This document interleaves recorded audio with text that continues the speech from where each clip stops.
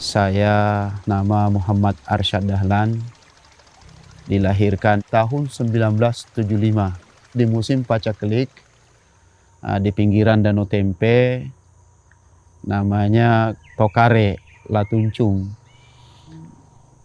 Masa kecil saya tidak menikmati masa-masa kecil sebagaimana anak-anak banyak bermain.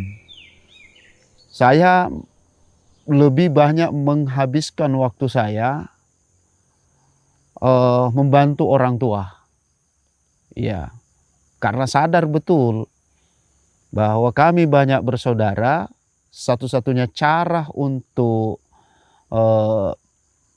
membantu meringankan beban orang tua menanggung daripada 9 bersaudara ini, ya tentunya harus banyak bekerja keras. Setiap saya pulang sekolah, menghabiskan waktu lebih banyak bersawah.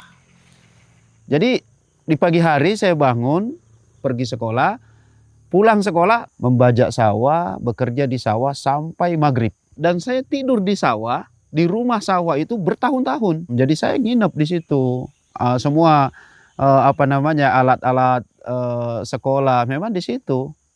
Pak Jirsa, dulu itu kecil, sesudah boleh ke masih sekolah, lesin kasih doang anuna bapak anna mbokna, lo kagalunge.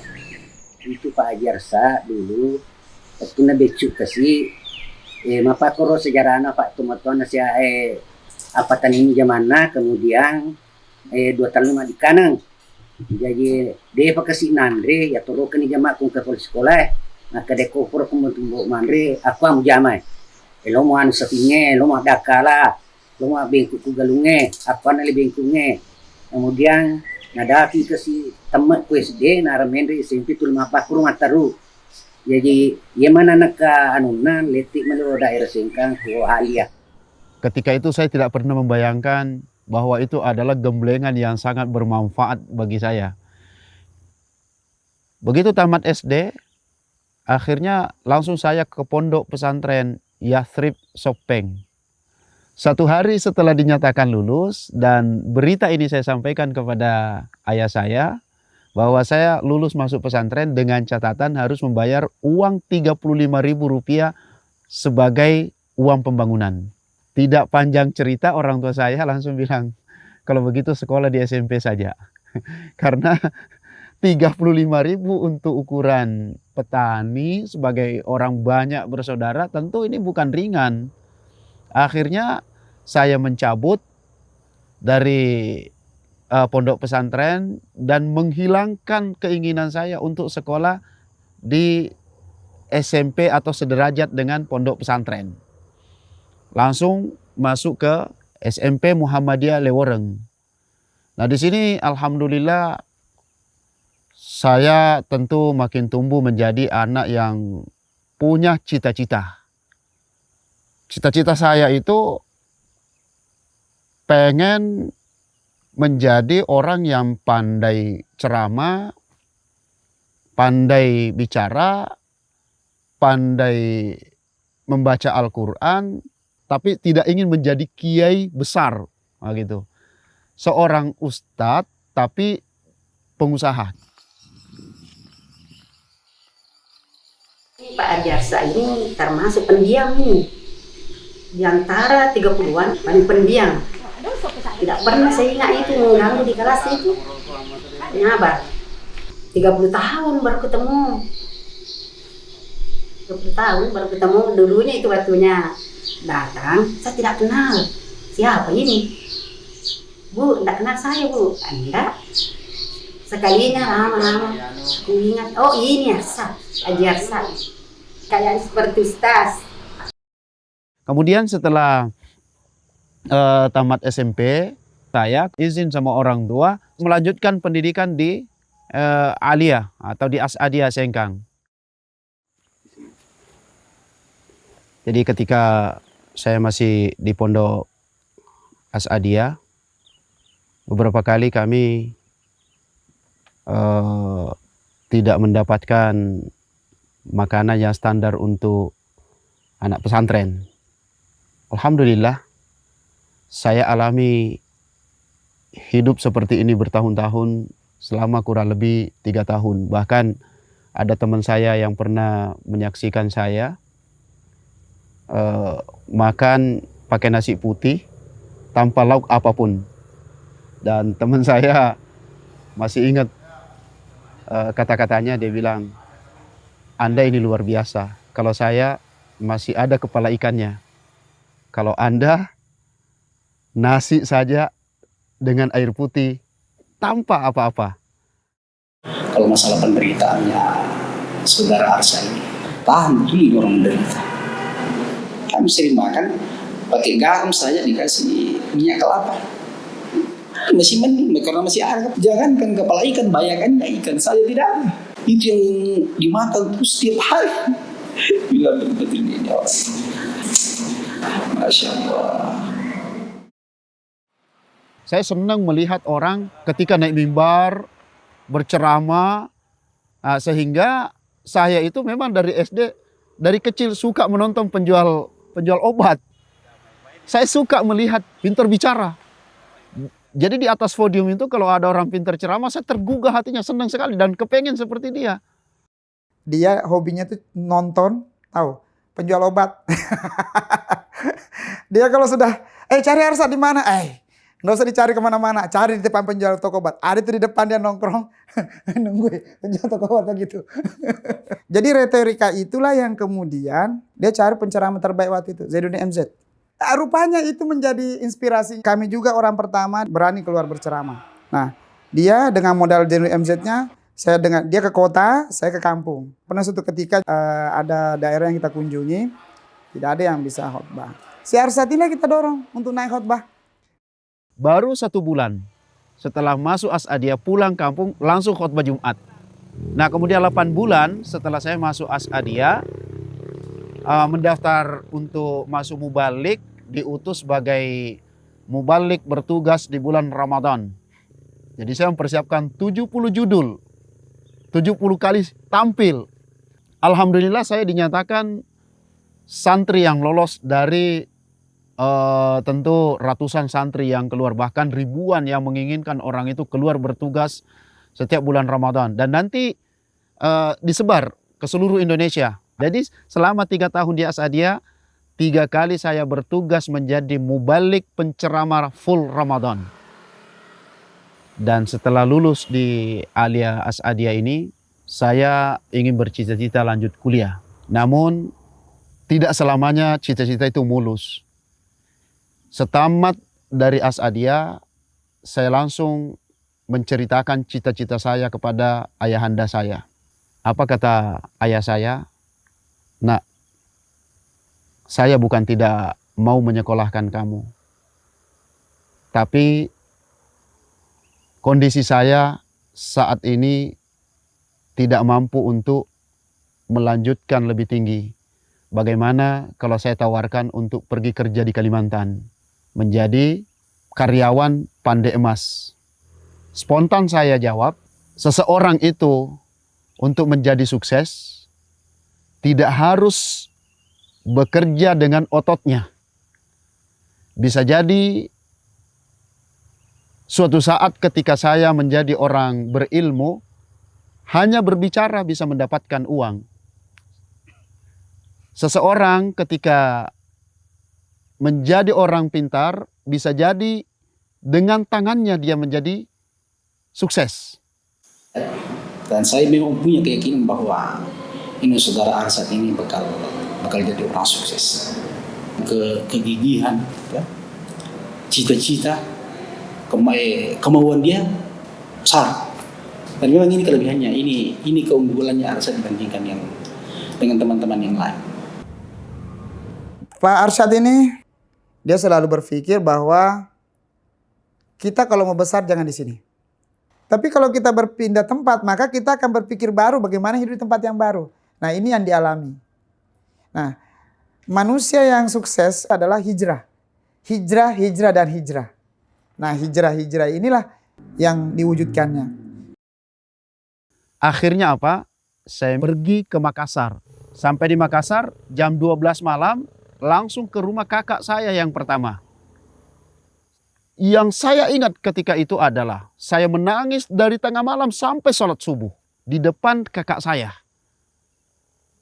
Kakak saya hanya bisa ikut terharu. Tapi tidak juga bisa membantu saya karena kondisi dia juga banyak tanggungan. Sehingga dia hanya bisa sedih. Dia ceritakan sama saya, bagaimana nih saya mau kuliah, orang tua sudah tidak bisa tuh. Kalau kau mau kuliah nak, saya sudah agak berat karena beginilah keadaan kita sekarang nih. Betul-betul kita paceklik. Kalau kau mau sekolah, silakan lanjutkan. Itu masalah apa namanya? Selanjutnya nanti kita pikirkan bersama. Akhirnya itu bersemangat untuk melanjutkan di pesantren 77.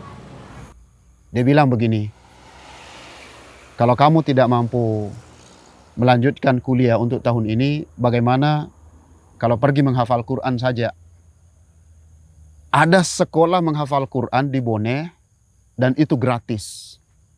Saya tidak panjang lebar lagi memikirkan. Langsung ambil tas, kemudian saya masukkan beberapa lembar baju saya. Akhirnya saya masuk ke Pondok Pesantren 77. Disinilah saya digembleng selama kurang lebih 2 tahun. Belajar bahasa Arab, kemudian menghafal Al-Quran. Saya bilang ke dia bahwa ada caranya untuk bisa kuliah tanpa biaya. Bagaimana caranya adalah harus hafal Al-Quran dulu 30 juz. Nah, karena itu saya mengantar dia untuk pergi menghafal Al-Quran di pesantren 77 Bone. Saya bawa Arsad menghafal di pesantren 77. Selama 1 tahun dihafal 30 juz. Di Pondok 77 ini yang memberikan pembentukan karakter yang sangat luar biasa menurut saya. Karakter yang pertama saya dapatkan di Pondok Pesantren 77 adalah kesabaran. Karakter yang kedua yang diberikan oleh Pondok 77 yang tidak saya dapatkan dimanapun adalah pembentukan bagaimana istiqomah. Pimpinan Pondok Pesantren, rahimahullah, hangat wasiatnya di kepala saya ketika beliau berkata, tidak apa-apa keluar dari Pondok Pesantren ini, tapi jangan lupa istiqomah. Kalau saya ditanya orang bahwa siapa yang bisa menjadi panutan, ya tentu kepanutan kita adalah Rasulullah, ya Rasulullah, Nabi besar kita Muhammad SAW. Tapi di luar itu salah satunya ini Haji Arsad. Sejak dia keluar di pondok sampai saya juga keluar pondok, saya selalu cari dia karena cara berpikirnya itu saya kagumi. Mungkin orang lain, teman-teman saya mengatakan kalau istilah orang Bugis mungkin boro, sok begitu. Karena di zaman itu orang dia sudah bicara kayak setinggi langit gitu. Tapi justru saya jadikan cambuk bagi saya. Dan itu tidak pernah saya lupa. Maka kalau orang mengatakan salah satu orang yang memotivasi Anda untuk sukses, ya Haji Arsad itu sebagai saudara saya. Alhamdulillah dari Pondok Pesantren saya berani berkomunikasi bahasa Arab, bisa menghafal Al-Quran, sudah menyetorkan hafalan sebanyak 30 juz. Selang 2 tahun ini menurut saya ini adalah waktu yang cukup memberi keyakinan kepada diri saya bahwa ini adalah modal besar kepada saya untuk melanjutkan jenjang yang lebih tinggi. Dan di situ saya yakin bahwa saya tetap bisa kuliah. Di hari pertama setelah saya lulus, langsung saya mencari informasi di mana dan bagaimana caranya orang mendapatkan beasiswa ke UMI. Jadi setelah selesai menghafal Al-Quran 30 juz, akhirnya saya menghadap ke rektor UMI, Universitas Muslim Indonesia. Waktu itu rektornya adalah Prof. Ar-Rahman Basalama. Beliau waktu itu sangat peduli terhadap orang-orang yang punya kemampuan khusus, termasuk menghafal Al-Quran. Saya disuruh menghadap kepada bagian yayasan untuk menentukan bahwa saya layak mendapatkan beasiswa. Kemudian kata beliau, hari ini sudah ditutup untuk pendaftaran beasiswa. Jadi tidak ada solusi lagi. Saya katakan kepada beliau, saya tidak butuh lulus, tapi saya butuh dites. Beliau bilang begini, karena Anda sudah datang ke sini dan minta dites, akhirnya saya harus tes Anda, tapi tidak dijamin lulus. Nah, kemudian saya langsung dites dengan hafalan Quran, kemudian saya dites dengan bahasa Arab dasar. Alhamdulillah, selang sekitar 3 hari keluar pengumuman. Dan ternyata pengumuman itu nama saya nomor 1. Paling teratas nama saya dinyatakan lulus menjadi mahasiswa yang tidak berbayar. Setelah saya masuk UMI, alhamdulillah saya dapat tawaran mengajar di salah satu masjid di Makassar. Langsung saya bangun TPA-nya, kemudian dibantu oleh beberapa teman-teman saya. Ada yang membuat tersentuh hati kami. Kan pada waktu itu kami tinggal di rumah sendiri, sementara beliau itu kan pendatang. Tinggal di lantai 2 masjid, kemudian dibikinkan kamar-kamar cuman dari bentuk triplek itu, kotak. Jadi kami antarkan biasa makanan buat untuk kita makan sama-sama begitu. Jadi terkadang beliau itu ada saatnya dia makan atau ada pada saatnya juga tidak makan. Terkadang kami biasa lihat beliau itu makannya mungkin cuma sekali sehari kayaknya. Tapi beliau tidak menjadikan suatu hal yang menghambat untuk pekerjaan atau kegiatannya. Malah justru itu menjadi suatu hal yang menyemangati beliau. Ya, kemudian beliau kalau pergi ke kampus itu kadang berjalan kaki, kadang juga naik sepeda.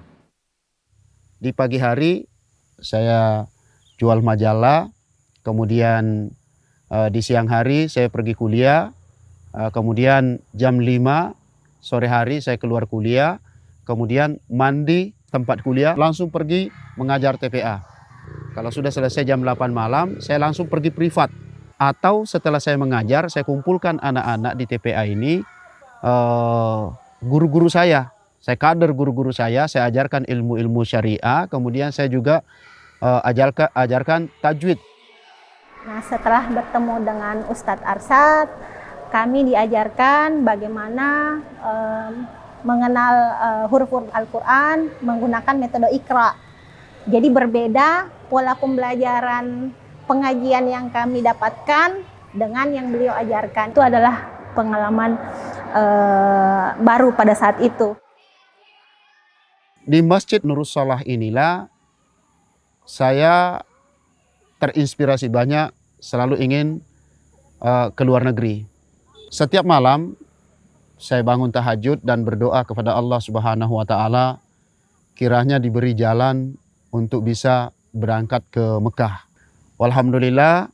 Kemudian saya mengambil keputusan.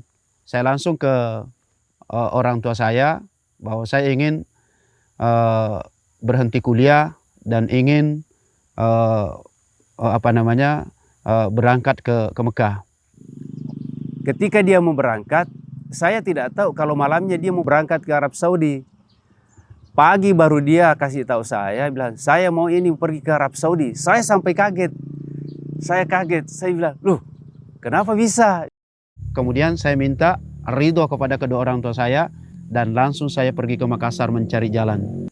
Tiba-tiba orang tua saya membawakan uang 3,5 juta untuk memberi suatu penghargaan kepada saya, biaya untuk berangkat ke Mekah. Ternyata sawah ayahanda saya ini oleh ayah saya tidak jadi dijual dan ada orang yang meminjamkan uang kepada ayah saya dan nilainya pas 3,5 juta. Kemudian uang ini saya pakai ke Jakarta. Saya tidak tahu tujuan saya. Maksud saya tidak tahu apa yang saya harus lakukan. Saya naik kapal laut, meninggalkan rumah dari Makassar. Yakin insya Allah pertolongan Allah pasti ada. Di saat saya lagi bingung mencari jalan, tiba-tiba bertemu dengan seseorang. Ia membantu perjalanan saya ke Mekah. Dan selama saya kurang lebih 28 hari di Jakarta, pada akhirnya saya bisa menginjakkan kaki sampai ke Mekah. Dan di Mekah tentunya tidak semudah yang saya bayangkan. Yang pertama adalah kita merasa satu nasib menjadi tenaga kerja, yang mana pekerjaan itu waktu itu sebenarnya bukan keinginan kita masing-masing. Beliau juga tidak menginginkan untuk menjadi seorang tenaga kerja. Dan waktu itu beliau sebagai cleaning service ya di perusahaan itu, ya sempat bertahap sih ya. Yang saya ketahui dimulai dari situ. Bagaimana awal-awalnya kerja, mencuci WC. Selama di Mekah sempat saya bekerja tukang cuci WC. Kemudian selama 1 bulan saya menjadi office boy, karena itu satu-satunya cara untuk bertahan hidup di Mekah. Saya 2 kali menangis dalam WC. Iya.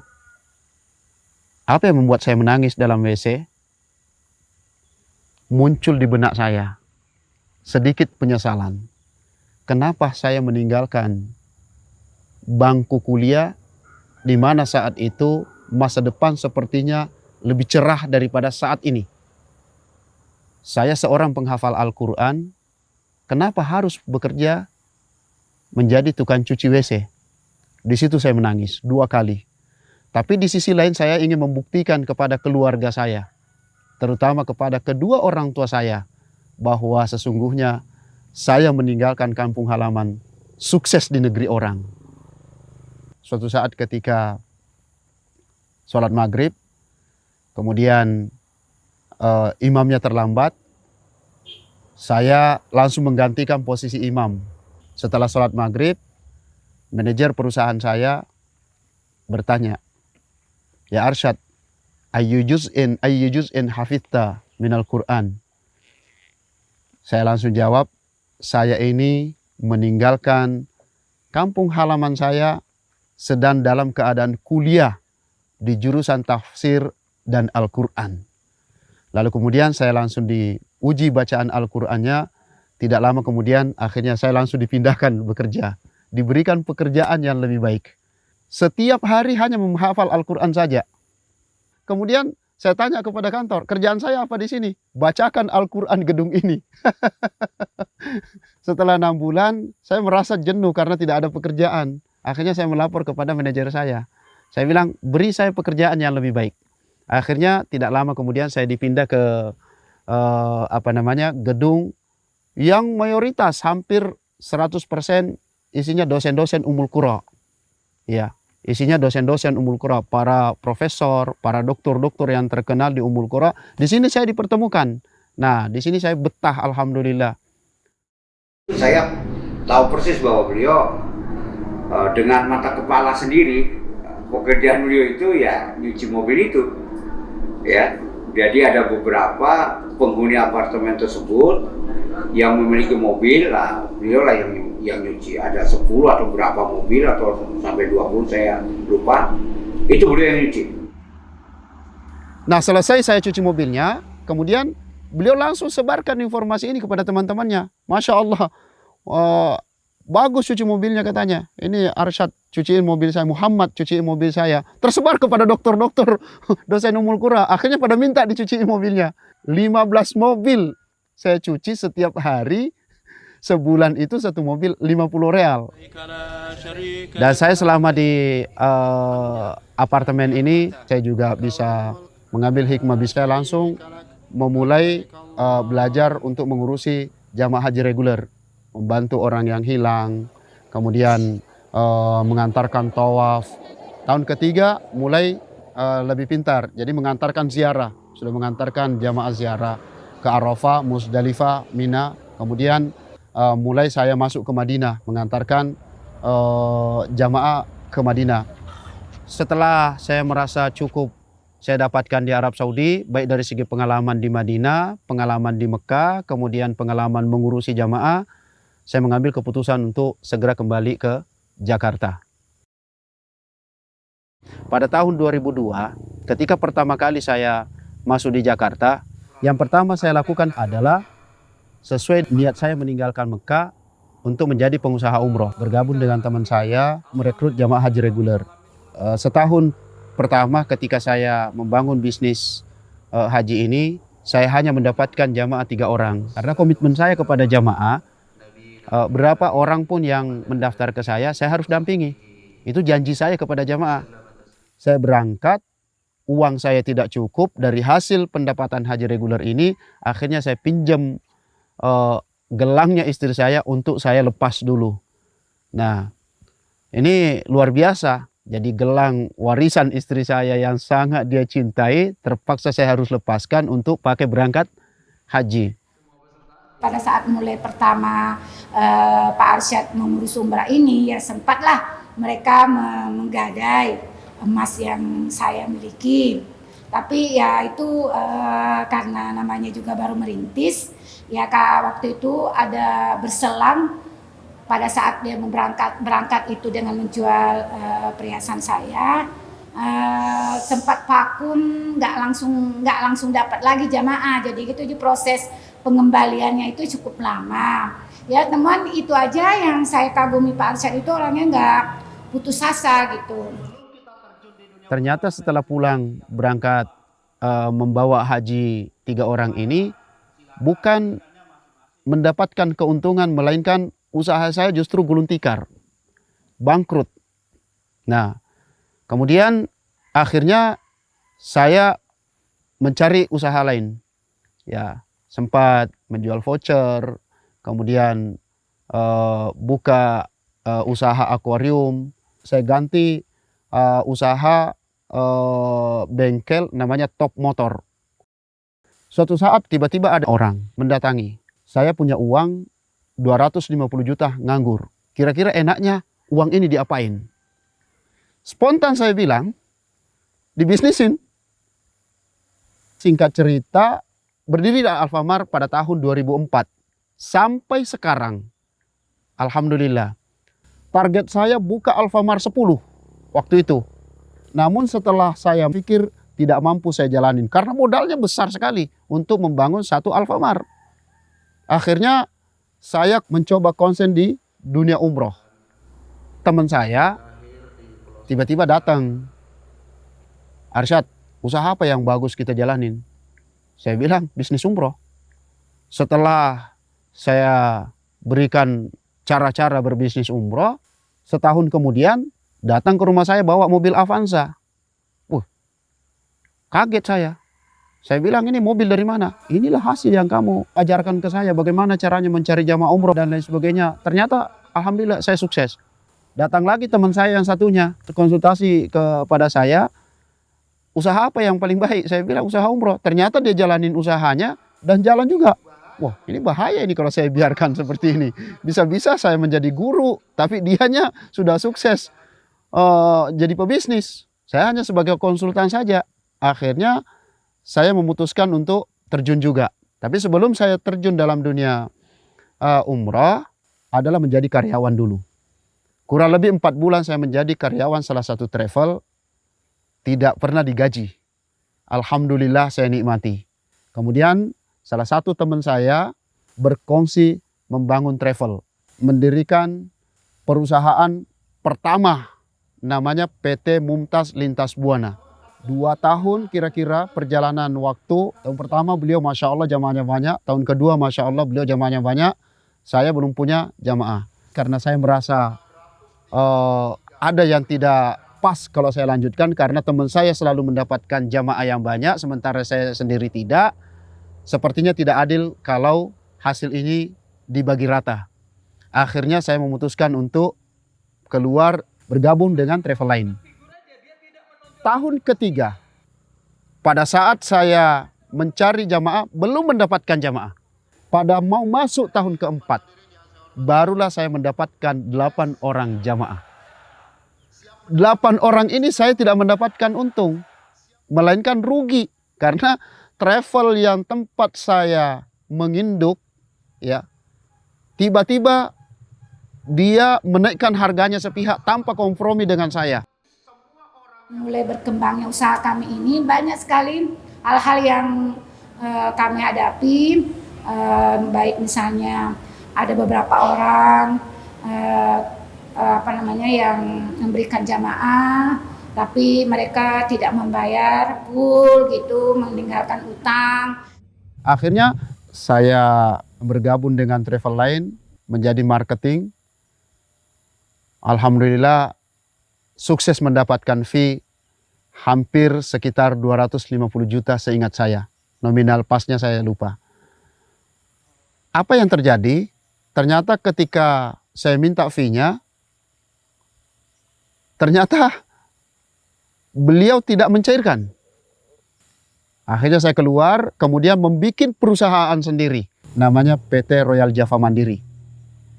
Kemudian perusahaan PT Royal Java Mandiri ini waktu singkat langsung booming, alhamdulillah.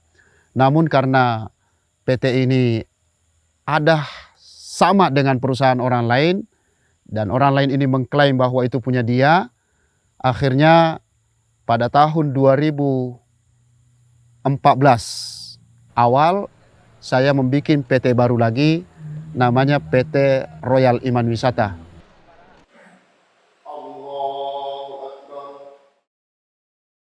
Adinda saya ini ya dia punya satu kelebihan, ya.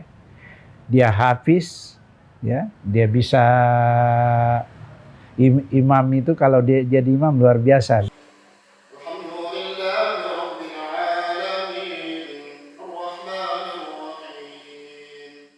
Allah kasih dia kelebihan, ya mungkin dimulai dari suara yang bagus, cara membaca tartil Al-Quran itu luar biasa.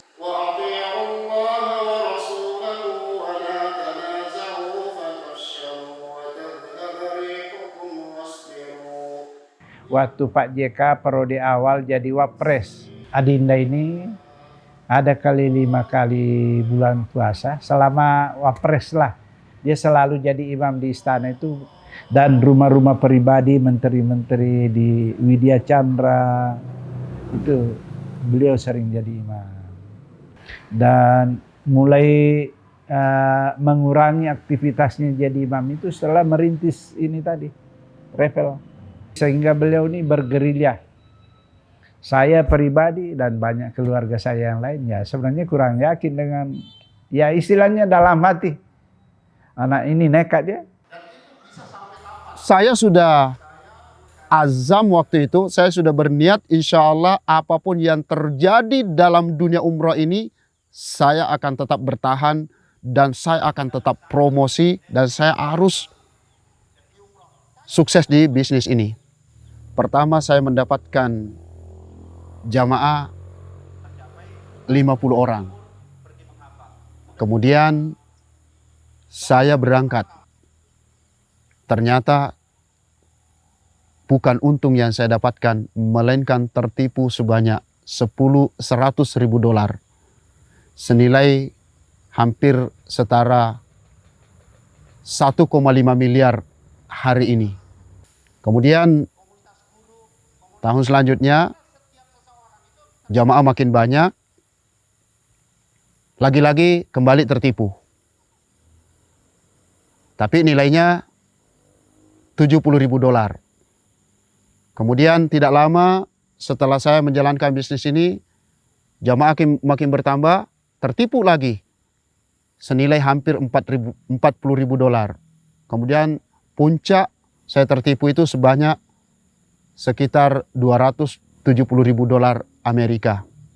Bila dikurskan hari ini senilai setara hampir 4 miliar lebih. Jadi pada saat itu istri saya duduk begini. Andaikan semua aset kita jual dan kita benar-benar tertipu selama-lamanya seperti ini, maka habis aset yang kita jual belum setara dengan utang yang harus kita bayarkan. Apakah ada usaha yang lain bisa kita kerjakan? Lagi-lagi istri saya menyampaikan seperti itu. Beliau itu kan sangat menggebu-gebu, semangatnya itu sangat tinggi, optimisnya itu tinggi, targetnya itu juga tinggi. Nah kadang yang membuat saya cemas itu, karena ketingginya targetnya, khawatir saya nggak bisa tercapai gitu. Tapi saya sudah makin yakin bahwa semua bisnis yang kita jalani memang tidak ada yang tidak punya kendala. Dan semua memang harus butuh proses. Justru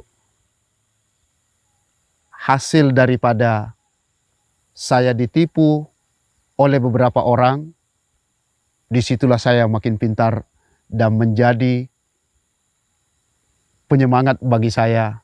Sehingga sampai hari ini, saya makin waspada dengan setiap siapapun yang saya temui memberikan janji yang baik dan janji yang sangat manis. Tapi semuanya itu alhamdulillah bisa tertutupi dengan semangatnya Pak Arsyad, dengan keuletannya Pak Arsyad, tanpa menyerah, tanpa putus asa, tetap terus berjalan. Akhirnya semuanya ketutupi dengan bertambahnya jamaah.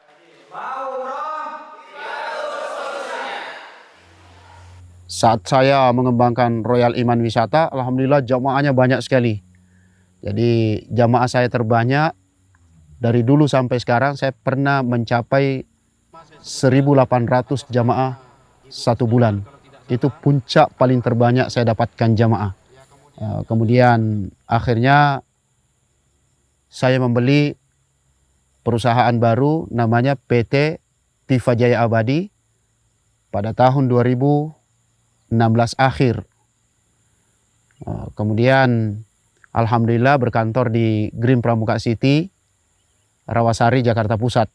Jadi saat ini ada 3 perusahaan PPU resmi saya, Royal Iman Wisata, PT Tifa Jaya Abadi, kemudian PT Cici Putri Martan yang berkembang di Makassar. Nah, segmen pasarnya pun berbeda-beda. Saat ini yang paling besar adalah PT Tifa Jaya Abadi. Alhamdulillah sebelum pandemi memberangkatkan jamaah hampir rata-rata sebulan kurang lebih 1.000 jamaah.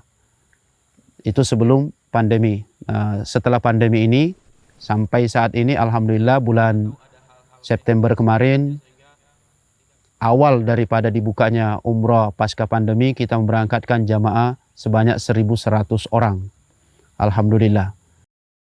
Selain daripada itu, ada beberapa rintisan bisnis saya yang berkembang saat ini dan berjalan dengan baik. Yang pertama, di musim pandemi kemarin, alhamdulillah saya terinspirasi membuka usaha ayam petelur. Populasi hari ini sudah mencapai 24.000 ekor ayam petelur dan setiap hari bertelur sebanyak 90%. Saya juga menjadi investor utama daripada Rumah Sakit Hapsa di Bone. Jadi saya menjadi komisaris Rumah Sakit Hapsa 2016.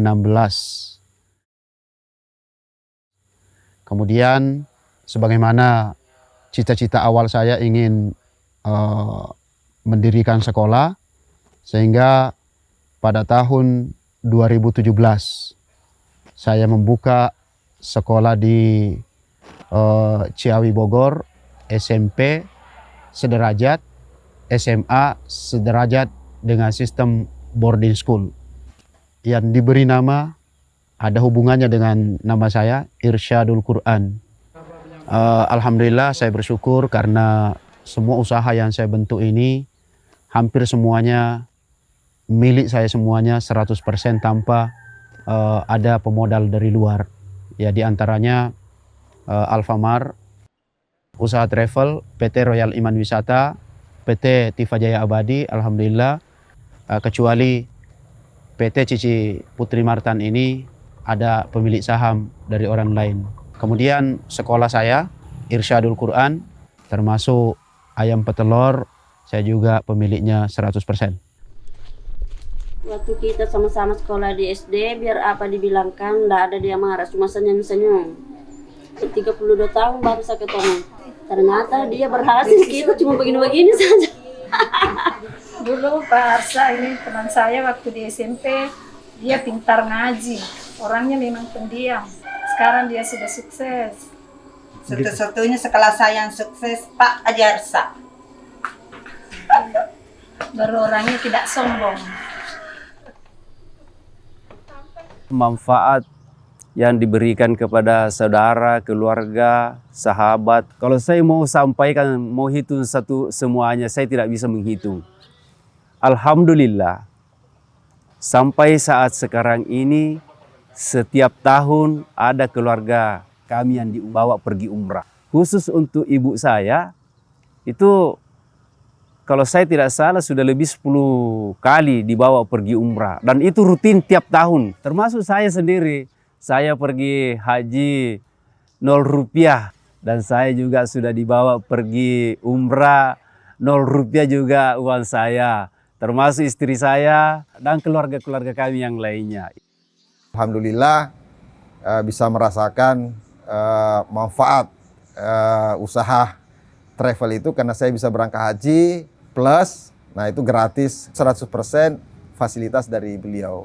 Dan setelahnya saya kemudian bisa umroh berkali-kali. Bahkan pernah dalam sebulan itu bisa berangkat 2 kali. Manfaatnya luar biasa sekali. Saya bisa naik umrah karena dia. Bukan cuma saya, istri juga. Ya begitu juga keluarga-keluarga yang lain. Dan banyak bantuan-bantuan yang diberikan kepada saya. Alhamdulillah. Ya oleh karena itu setelah dia berhasil, ya saya juga termasuk bersyukur sekali. Karena banyak sekali yang bisa dibantukan kepada saya. Memang banyak orang yang mengira Arsyad harus hati-hati, jangan sampai pakai uang bank untuk mengembangkan usahanya. Alhamdulillah, saya bersyukur kepada Allah Subhanahu wa Ta'ala. Semua usaha yang saya bangun tidak ada satupun yang memakai pinjaman uang bank. Bahkan hari ini bisa dikategorikan semua terbebas daripada sistem ribawi. Jadi prinsip saya, ada uang, kita kembangkan semampunya kita. Tidak harus kita paksakan. Alhamdulillah, segala bisnis yang saya bangun, hati dan jiwa saya, tidak ada yang mengalahkan bisnis umroh ini. Karena tidak saja saya dapatkan finansial, tapi ada nilai ruh yang tidak saya dapatkan di bisnis manapun. Yang pertama, di bisnis umroh ini secara otomatis saya bisa berangkat dengan mudah ke Mekah, baik berumroh ataupun berhaji. Kemudian saya juga bisa tetap memberikan manfaat kepada teman-teman yang ingin melaksanakan umroh sesuai dengan sunnah. Bisa memfasilitasi mereka yang rindu dengan Baitullah, tapi dengan cara sesuai dengan sunnah Rasulullah SAW, sebagaimana moto perusahaan yang saya bangun adalah umroh dan berhaji di bawah cahaya sunnah Rasulullah SAW. Yang ketiga, bisa membantu menyelamatkan saudara-saudara, teman-teman dari penipuan-penipuan, ya, travel yang tidak bertanggung jawab. Oknum travel yang begitu banyak berkembang, itulah yang memotivasi kami sehingga tetap cinta dengan usaha ini. Saya kakaknya, tapi saya banyak meneladani dia. Karena dari 9 bersaudara, yang paling banyak komunikasi dengan saya adalah dia. Yang saya suka itu dia disiplin. Pokoknya apapun yang dia kerjakan itu disiplin. Kemudian tegas dalam arti dalam kebenaran. Sebenarnya cita-cita awal saya sebelum membuka travel adalah membangun pesantren. Jadi sebelum membangun travel ini, saya berkeliling kurang lebih 10 lokasi untuk membangun sekolah. Namun saya terkendala dengan finansial, Akhirnya saya lari ke travel. Dan memang waktu itu saya berniat bahwa nanti hasil daripada travel ini saya akan membangun sekolah. Kenapa pilihannya sekolah? Karena yang pertama, saya yakin bahwa membangun sekolah ada beberapa nilai yang tidak saya dapatkan di usaha manapun.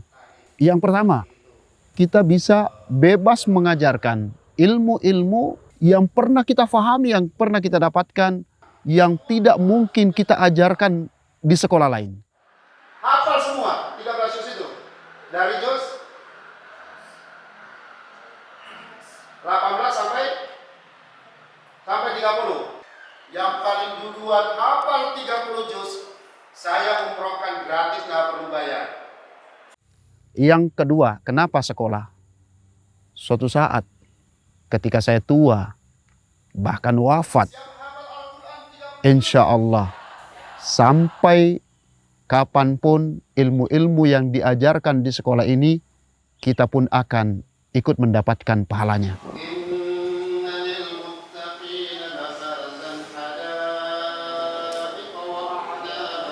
Yang ketiga, namanya panjang.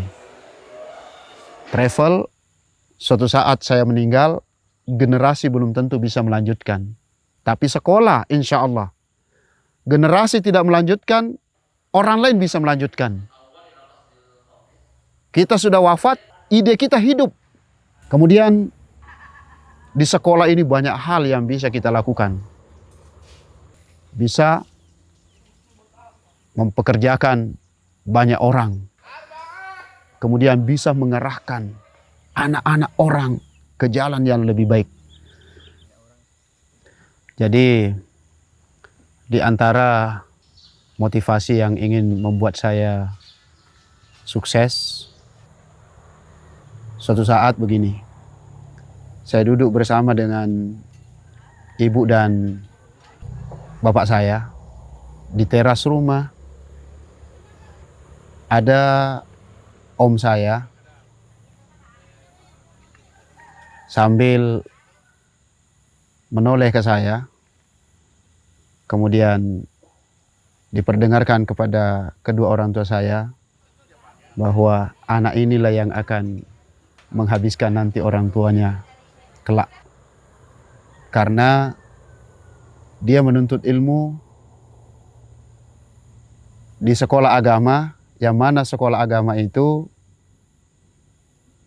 nanti setelah tamat tidak mendapatkan apa-apa kecuali pinter baca doa dan pinter ceramah, nanti pulang dikasih amplop. Dari situ saya benar-benar berniat di dalam hati saya ingin merubah dan ingin mengatakan kepada dia bahwa apa yang Anda katakan itu salah besar. Saya ingin mengatakan bahwa demi Allah, saya berniat ingin menunjukkan kepada keluarga bahwa anak pondok pesantren juga mampu berbisnis sebagaimana orang pada umumnya. Makanya waktu pas ketemu saya pertama kali ketemu itu, saya hanya bertatapan. Saya bilang, terbukti ya. Saya bilang gitu, terbukti ya. Maksudnya apa yang kita bicarakan di pondok pesantren dulu, yang menurut sebagian orang itu menghayal ini. Tapi terbukti.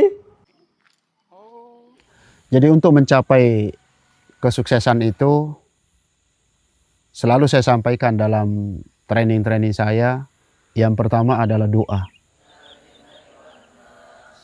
Saya percaya sekali bahwa tidak ada yang mampu merubah takdir kecuali doa. Maka sebelum kita berusaha, jangan lupa bersungguh-sungguh berdoa. Itu yang pertama. Yang kedua adalah sabar. Sabar adalah kunci utama kesuksesan. Yang ketiga adalah kerja keras. Kemudian bergaul dengan orang-orang sukses. Bergaul dengan orang-orang sukses ini adalah penentu utama memberikan inspirasi banyak kepada kita untuk juga menjadi orang sukses. Ya, paling tidak kalau kita tidak bisa berteman dengan orang-orang sukses, banyak membaca buku orang-orang sukses. Ya, kemudian tentu dengan memberi motivasi diri saya sendiri setiap bangun subuh dengan membaca Bismillah insya Allah bisa. Bismillah insya Allah bisa. Bismillah insya Allah bisa. Artinya semangat, kalau saya bahasakan itu semangat tanpa batas. Ya, sama dengan sabar. Sabar itu tanpa batas. Salah satu yang menonjol dari beliau itu adalah semangat. Jadi orang yang sukses dalam usaha harus mampu memadukan dua skill. Yang pertama adalah skill spiritual. Itu menjadi energi tanpa batas. Sehingga ketika Allah ingin memberi pertolongan, tentu tidak bisa dibatasi oleh manusia. Jadi energi kita haruslah disandarkan kepada Sang Maha yang tidak memiliki batas atas segalanya. Tetapi harus dibarengi dengan skill yang lain, yakni manajemen usaha. Nah, sehingga manajemen usaha inilah yang mengatur tentang tata laksana sebuah usaha. Dua pondasi dasar dalam usaha seorang muslim ini memang harus dipadukan. Dan saya melihat pada diri beliau itu dimiliki karena basicnya adalah dari pesantren.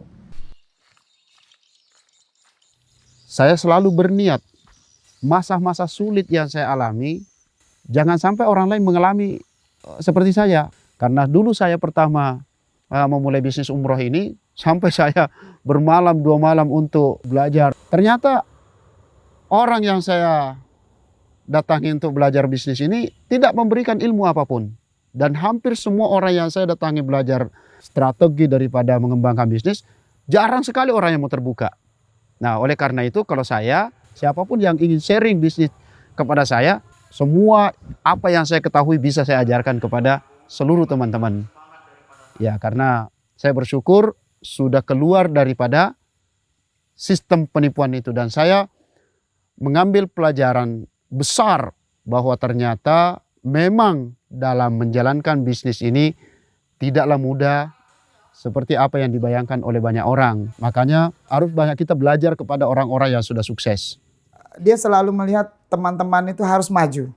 Artinya untuk maju kita harus belajar sama orang yang lebih besar. Dari dulu saya kenal seperti itu. Dan kita selalu berpikir bagaimana nantinya ini bisa menjadi sesuatu. Nah, jadi jiwa pengusahanya itu sudah ada sejak saya mengenal beliau.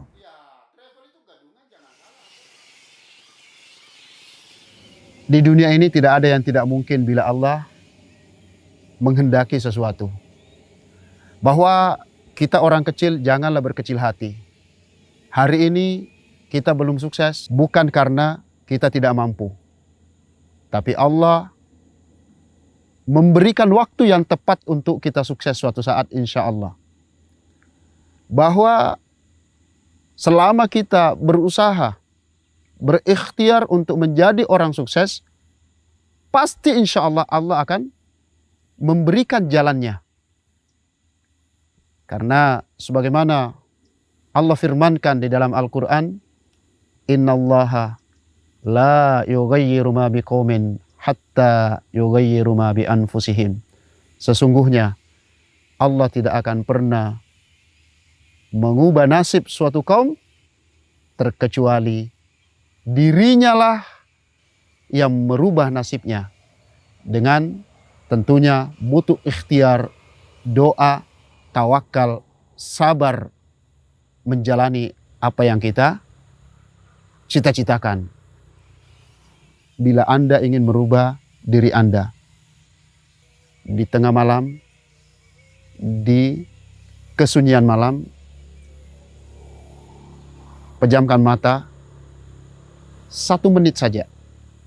Katakan kepada diri Anda, saya ingin sukses.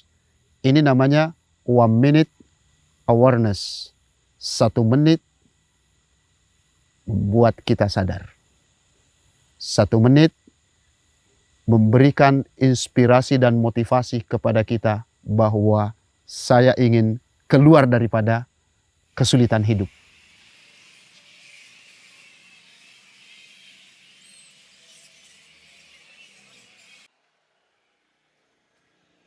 Banyak orang ketika hartanya banyak, rumah tangganya berantakan. Saya alhamdulillah berprinsip semakin banyak harta, semakin sukses. Seharusnya seorang muslim itu semakin bertakwa kepada Allah Subhanahu wa taala. Semakin bahagia rumah tangganya. Saya di sela-sela waktu kesibukan saya selalu menyisihkan waktu untuk keluarga. Khusus waktu-waktu tertentu saya tidak menerima tamu.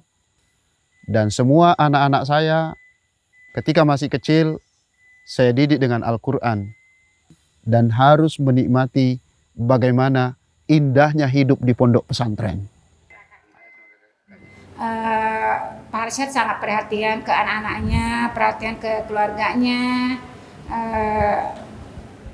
Karena juga usaha kami ini kan usaha pribadi, tidak dicampuri oleh orang lain, dan kami jalani berdua, suami istri kami jalani bersama. Jadi nggak ada kerenggangan antara kami dengan anak-anak gitu, semuanya berjalan lancar. Adapun misalnya waktu di pondok kita juga mengunjungi sama-sama. Saya yakin dengan Al-Quran ini, dimanapun kita berada, Allah pasti akan selalu memberikan jalan mudahnya. Dan oleh karenanya, saya dan seluruh keluarga saya dan seluruh teman-teman saya berpesan, marilah kita senantiasa hiasi kehidupan kita, apapun profesi kita, dengan Al-Quran. Peran keluarga dalam kesuksesan saya bersyukur sekali mendapatkan istri yang sangat amanah menjaga harta yang saya dapatkan.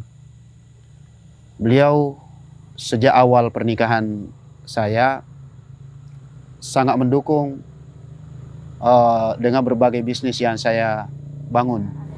Saya bersinergi, jadi semua hasil-hasil yang saya dapatkan saya selalu berikan kepada dia. Ya, berapapun hasil yang saya dapatkan bulan ini, tahun ini, semuanya dikelola oleh dia, dan alhamdulillah beliau sangat amanah menjaga harta ini. Minum dulu. Jahe. Alhamdulillah di sela-sela kesibukan saya mengelola berbagai bisnis, saya pun tetap harus menjaga kondisi kesehatan saya dengan cara tentunya berolahraga. Alhamdulillah saya punya hobi, ada dua. Pertama bermain badminton. Badminton ini ya bukan saja saya main di Jakarta. Dimanapun saya pergi, lebih daripada 3 hari saya selalu bawa alatnya. Ke kampung saya bawa alatnya, bahkan ke Mekah saya bawa alat badminton. Saya berapa kali main di Mekah, main badminton di Mekah. Kemudian diving juga begitu.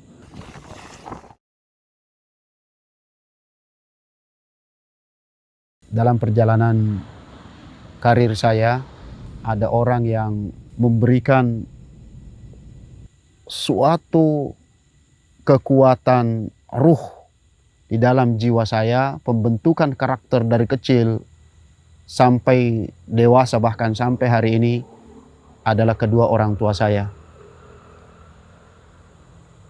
Walaupun ayah saya sudah wafat lebih awal, sebelum menyaksikan saya sukses seperti hari ini, tapi ruh, kekuatan, figur seorang ayah sangat saya rasakan sampai hari ini. Beliau mendidik saya sampai hari ini, dan tidak saya pernah menemukan didikan sehebat beliau. Yang kedua adalah ibu saya, di mana ibu saya tidak pernah terlihat lelah, tidak pernah menampakkan kesusahannya, walaupun sesungguhnya dia tidak punya apa-apa. Tapi dia tegar, dia tidak pernah menampakkan jiwa lelah untuk melihat kami sukses. Dia mendidik saya, mengajari saya kejujuran, mengajarkan saya keikhlasan. Selalu saya ingat pesannya, nak, jika kelak engkau sukses, orang tuamu tidak butuh apa-apa darimu. Yang penting kamu sudah bahagia. Saya hanya bisa melakukan semampu saya. Saya hanya bisa mendoakan dia, mudah-mudahan selalu sehat. Dan tentu doa yang paling penting bagi saya adalah bagaimana saya kelak dikumpulkan bersama seluruh keluarga besar saya, terutama kedua orang tua saya di Jannah Firdaus nanti insya Allah ta'ala. Yang kedua adalah tentu istri saya. Dia selalu ikhlas dan ridho, penuh dukungan dan penuh semangat siang dan malam. Walaupun terkadang susah dia terima, tapi subhanallah selalu dia ikhlas sama dengan ibu saya. Kadang dia tidak peduli apapun hasilnya. Tapi yang terpenting adalah semangat dukungannya kepada saya yang sangat luar biasa sekali menurut saya. Ya, terima kasih. Dia alhamdulillah sudah menjadi suami yang menurut saya dia adalah suami yang terbaik bagi saya dan bapak yang terbaik bagi anak-anak saya. Saya bersyukur sekali punya suami seperti Pak Arsyad yang sangat memperhatikan keluarga dan menyayangi kami semuanya dan tidak bosan-bosannya mengingatkan kami untuk mengutamakan ibadah dan berbuat baik ke orang. Jadi sekali lagi saya ucapkan kepada orang-orang yang pernah membantu kesuksesan saya, ibu saya, istri saya, dan tentu beberapa teman-teman saya yang terkait dengan kesuksesan saya ini. Tidak mungkin saya sukses hari ini seperti ini dengan kemampuan hanya dari diri saya sendiri. Itu tidak mungkin. Sukses itu butuh banyak orang. Sukses itu butuh kekuatan di luar daripada kekuatan diri kita sendiri.